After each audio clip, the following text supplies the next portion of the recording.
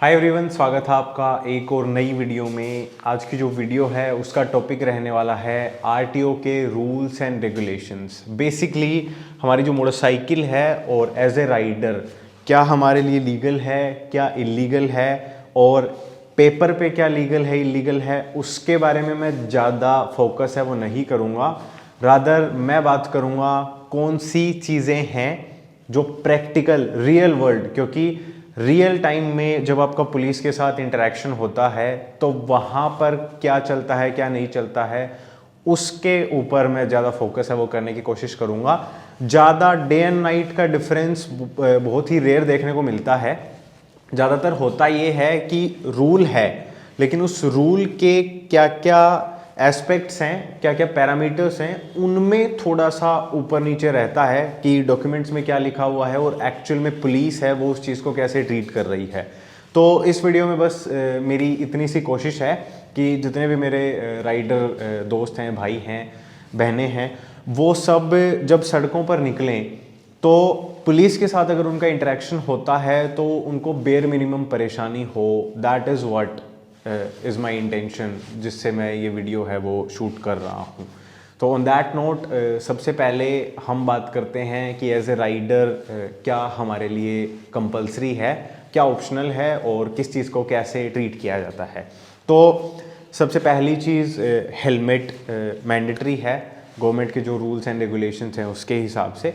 उसके अलावा अगर आप टू व्हीलर चला रहे हैं तो आपको स्लीपर्स की जगह जो शूज़ हैं वो पहनने चाहिए। नॉर्मल शूज़ काफ़ी हैं, riding shoes, riding pants, riding jacket, gloves, ये सब चीज़ें ऑप्शनल हैं, वो हमारी मर्जी है। अगर हमें हमारा शरीर इतना वैल्यूएबल लगता है कि हम उसकी सेफ्टी है वो करें तो आई थिंक हमें वो पहन लेना चाहिए।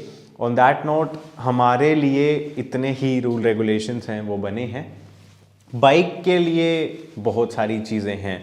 वैसे एक चीज़ बताना भूल गया, जो एक्शन कैम आप लोग हेलमेट पर लगा करके रखते हैं, तो वैसे आई डोंट थिंक कि अगर हम पूरी की पूरी लीगल प्रोसीडिंग्स में जाएं तो वो इलीगल है, लेकिन फिर भी काफ़ी एरियाज़ ऐसे हैं जिनमें जो एक्शन कैम का जो यूज़ है उसके ऊपर अलग अलग लॉज हैं हर स्टेट के, तो वो आपको अपना जो स्टेट है उसके अकॉर्डिंगली देखना पड़ेगा। मैं राजस्थान से बिलोंग करता हूँ और यहाँ पर अगर हम कैमरा के आगे जो एक्शन कैम है वो लगा करके चलते हैं तो पुलिस थोड़ा सा बेटर बिहेव करती है। This is just my personal experience. मैं वही बात है, ज़्यादा इस चीज़ में जाना नहीं चाहता क्योंकि मुझे कोई भी कंट्रोवर्सी है उसमें नहीं पड़ना है, लेकिन मैं आप लोगों को इन्फॉर्मेशन है वो डेफिनेटली पूरी देने की कोशिश है वो करूँगा। मेरे इतने साल के राइडिंग एक्सपीरियंस से, दूसरों के राइडिंग एक्सपीरियंस से, और जो भी टेक्निकल नॉलेज और चीज़ें मुझे समझ में आई हैं, थोड़ी बहुत लॉ एंड ऑर्डर की भी नॉलेज है वो मैंने इधर उधर से गैदर की है, तो उन सब के बेसिस पर मैं ये इन्फॉर्मेशन है वो आप लोगों को दे रहा हूँ। तो अब जो हमारी मोटरसाइकिल है उसकी बात करें तो ये जो ऑक्सिलरी लाइट्स हैं इनको मैंने जिस तरीके से लगा रखा है उस तरीके से ये इलीगल नहीं होनी चाहिए, लेकिन ये इलीगल हैं क्योंकि ये हम जो मोटरसाइकिल है उसमें जो इसकी लाइट आउटपुट है उसको इंक्रीज़ कर रहे हैं, जो कि मैन्युफैक्चरर की जो कैपेसिटी है उससे बाहर है। मतलब आपकी जो स्टॉक हेडलाइट है वो जितने वोल्टेज की है उतने वोल्टेज के आप जो बल्ब्स हैं उनके साथ थोड़ा बहुत ऊपर नीचे कर सकते हैं, लेकिन ऑक्स लाइट्स हैं उनको लगाना इज़ नॉट समथिंग जो कि आप 100% लीगल है वो जस्टिफाई कर सकते हैं। तो अगेन ये स्टेट टू स्टेट डिपेंड करता है। बहुत सारे स्टेट ऐसे हैं जिनमें ये दिखते ही चालान काट दिया जाएगा, और बहुत सारे स्टेट ऐसे हैं जिनमें बोलते हैं कि इनको कवर करके रखो, और काफ़ी सारे स्टेट्स ऐसे भी हैं, काफ़ी सारे एरियाज़ ऐसे भी हैं जिनमें इनको लेकर के कोई ज़्यादा वाद विवाद है वो नहीं होता है। लेकिन इनके बारे में मैंने आपको बता दिया है। अब ये तो मैंने नॉमिनल लगा रखी हैं और इनका थ्रो भी इस तरीके से एडजस्ट कर रखा है, लेकिन अगर आप दो दो चार चार सेट ऑक्सिलरी लाइट्स के लगा करके चल रहे हैं तो डेफिनेटली वो एक अटेंशन सीकर जो है वो बन जाता है। कॉप्स की जो अटेंशन है वो डेफिनेटली उस पर आएगी, और इतनी सारी लाइट्स अगर आप लगा करके चल रहे हैं तो डेफिनेटली आपका चालान है वो किया जा सकता है। इनके लिए सिर्फ इन लाइट्स के लिए होगा या नहीं होगा, that I am not sure. अभी तक मुझे किसी ने नहीं रोका है, पर वो बात भी है कि मैं 2 या 3 स्टेट्स में ही गया हूँ इस बाइक को लेकर के, और मेरा जब भी कॉप्स के साथ इंटरेक्शन होता है तो मैं एकदम पोलाइट और हम्बल तरीके से बात करने की कोशिश करता हूँ। तो उनको लगता है कि हाँ भाई ठीक है, क्योंकि उनके दिमाग में आपकी एक हुनिगन वाली जो इमेज है, सबसे पहले वो उसको क्लियर करना चाहते हैं। तो अगर आप उनसे तमीज़ से तरीके से बात करोगे तो उनकी आधी जो शंका है वो वहीं पर दूर हो जाती है, वो वैसे आपको थोड़ा बेटर तरीके से ट्रीट करने लग जाती हैं। और ये जनरल ह्यूमन नेचर भी है। आप किसी भी टाइप के इंसान से अगर प्यार से बात करोगे तो ऑटोमेटिकली वो अपनी जो टोन है उसको और अपना जो माइंडसेट है उसको थोड़ा सा पोलाइट है वो अपने आप ही कर लेता है। This is normal human behaviour, इसमें कुछ भी आपने अलग से कोई टेक्निक यूज़ नहीं की है। ऑन दैट नोट, उसके बाद में जो क्रैश गार्ड्स हैं वो एक लिमिट से ज़्यादा अगर आपने लगा रखे हैं तो वो भी इलीगल हैं।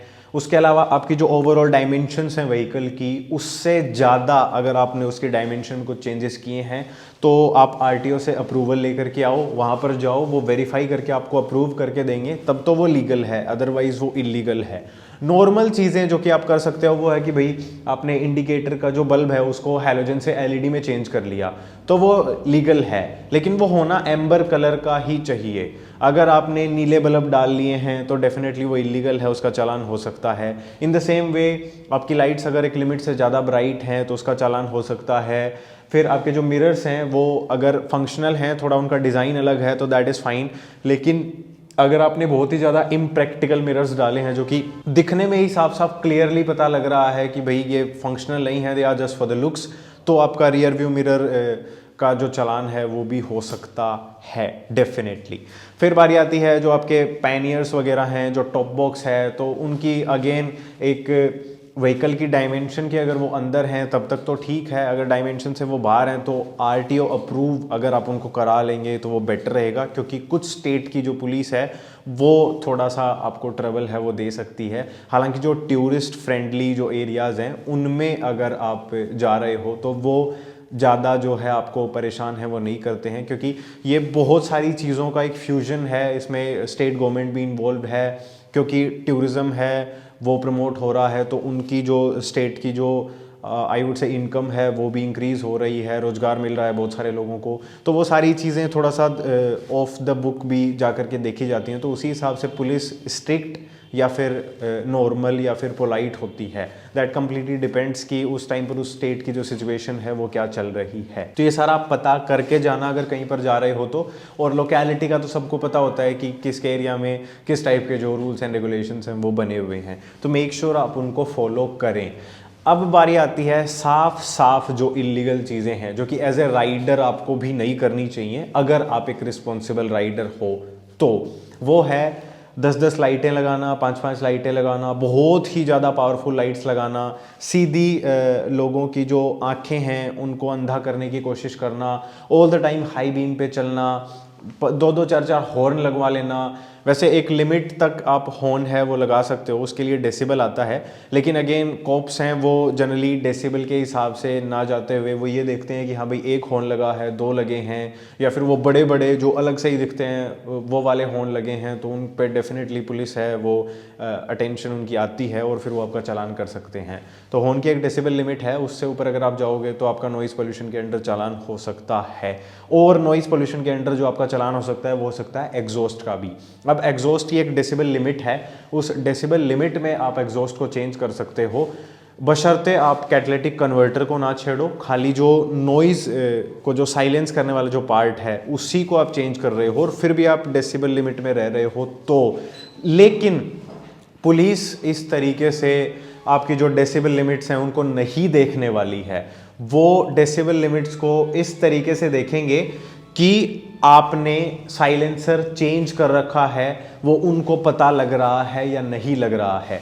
अभी तो पुलिस इतनी अवेयर हो गई है क्योंकि इतनी सारी मशीन्स आ गई हैं। पहले जिन भी बाइक्स में अंडरबेली एग्जॉस्ट होता था तो पुलिस उनको रोकती थी और कुछ बेचारों के तो चालान भी कट गए क्योंकि पुलिस को भी इतनी अवेयरनेस थी नहीं। But now they are aware कि अंडरबेली एग्जॉस्ट का कॉन्सेप्ट भी एग्जिस्ट करता है, तो वो जो एक्सेलरेटर है उसको यूज़ करके रेव करके देखेंगे आपकी मशीन को कि वो कितनी लाउड है।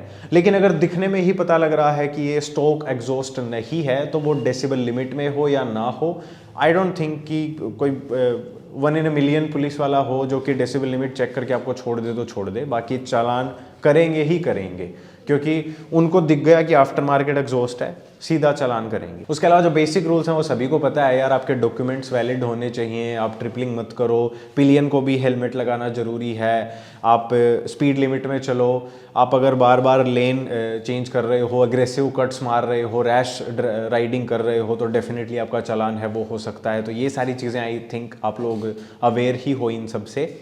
जो व्हीकल के अल्टरेशन है वो मैंने बता दिया है। उसके अलावा जो साइड कार वाला मॉडिफिकेशन है या फिर और कोई अल्टरेशन है अपने अकॉर्डिंग, मे बी आप स्पेशली एबल्ड हो सकते हो या और कुछ भी हो सकता है, तो उसके अकॉर्डिंग अगर आपको कोई भी अल्टरेशन कराना है तो डेफिनेटली आपको आपका जो RTO है वहाँ पर जाकर के पहले इंक्वायरी करनी चाहिए। उसके बाद में जो ऑथोराइज्ड पर्सन है जो कि उस मॉडिफिकेशन को करने के लिए ऑथोराइज्ड है, उससे उस इंस्टॉलेशन को, आपको मॉडिफिकेशन को है वो करवाना चाहिए, और उसके बाद ही आप अप्रूवल करवाएं उसको प्रॉपरली RTO में जाकर के फिर से, एंड तभी आप मशीन उसको सड़क पर लेकर के निकलें। अदरवाइज वो रोड लीगल कंसिडर नहीं की जाएगी, उसका डेफिनेटली चालान हो सकता है।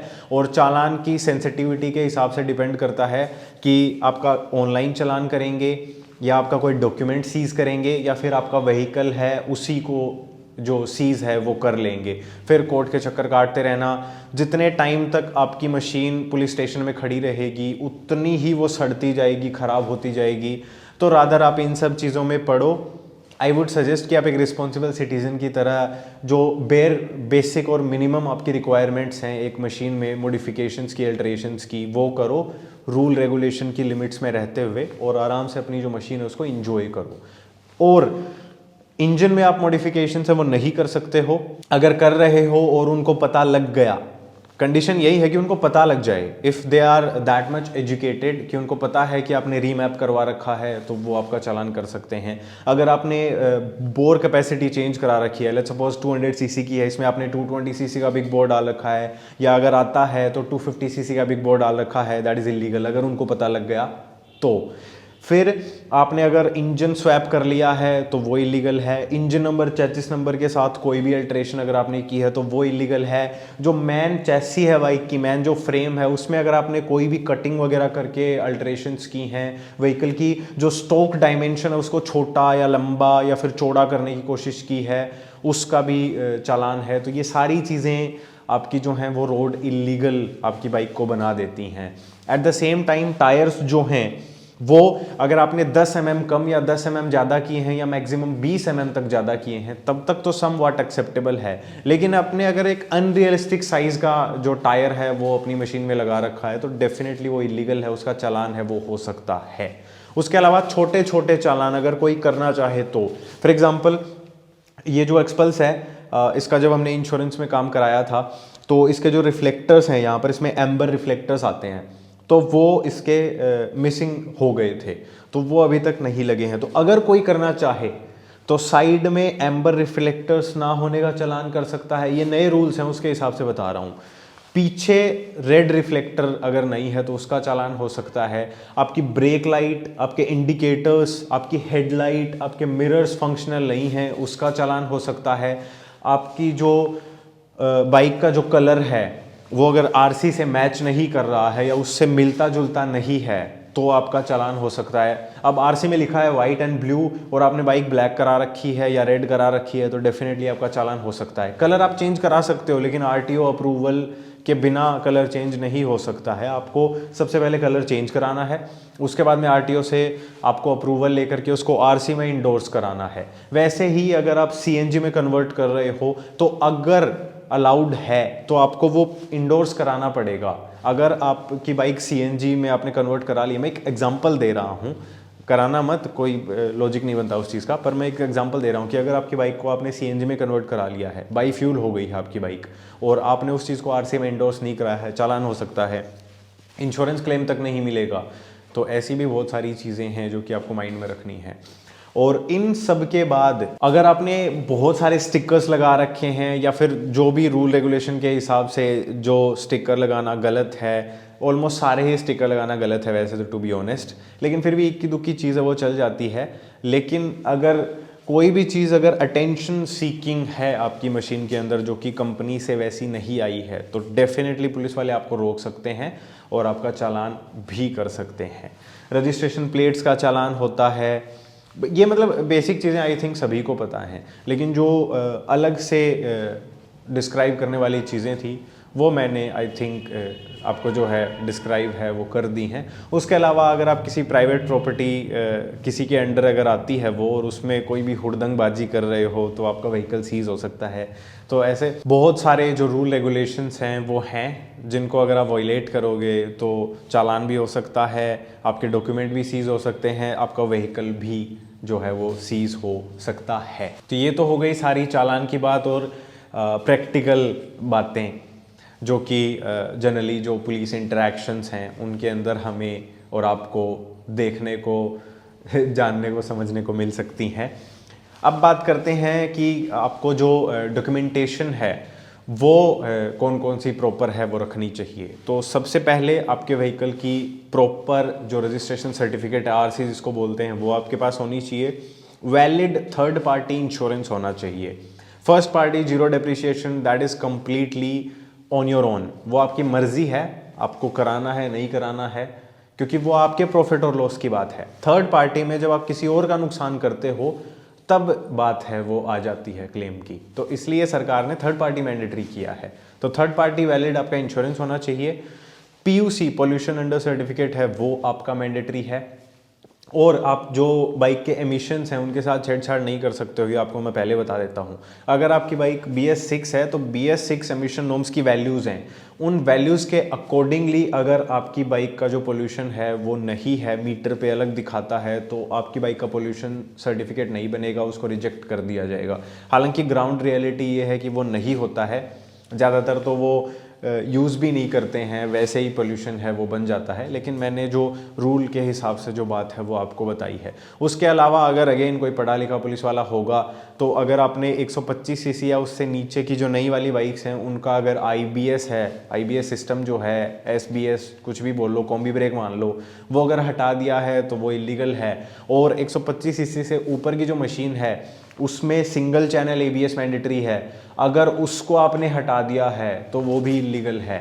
ये कुछ ऐसी चीज़ें हैं जो कि बहुत ज़्यादा डिटेल में जाकर के अगर कोई बाल की खाल ही निकालने लग जाए तो आपका चालान करवा सकती हैं। तो मेक श्योर आप इन चीज़ों को भी माइंड में ज़रूर रखें। आई होप ये इन्फॉर्मेशन है वो आप लोगों को पसंद आई होगी। अगर आपने यहाँ तक इस वीडियो को देखा है तो I would request you guys कि आप अपना फीडबैक दें कि ये जो मैंने थोड़ा सा चलते फिरते टाइप में जो ये टॉपिक्स कवर किए हैं इनको आप डिटेल में गहराई में टॉपिक बाय टॉपिक समझना चाहेंगे क्या। अगर ऐसा है तो हम एक ऐसी अवेयरनेस टाइप की कोई सीरीज़ है वो भी बना सकते हैं। So please let me know in the comments. On that note इस वाली वीडियो के लिए इतना ही गाइस, मैं मिलूंगा आपसे फिर कभी किसी और वीडियो में, तब तक के लिए bye bye. Drive safe, ride safe.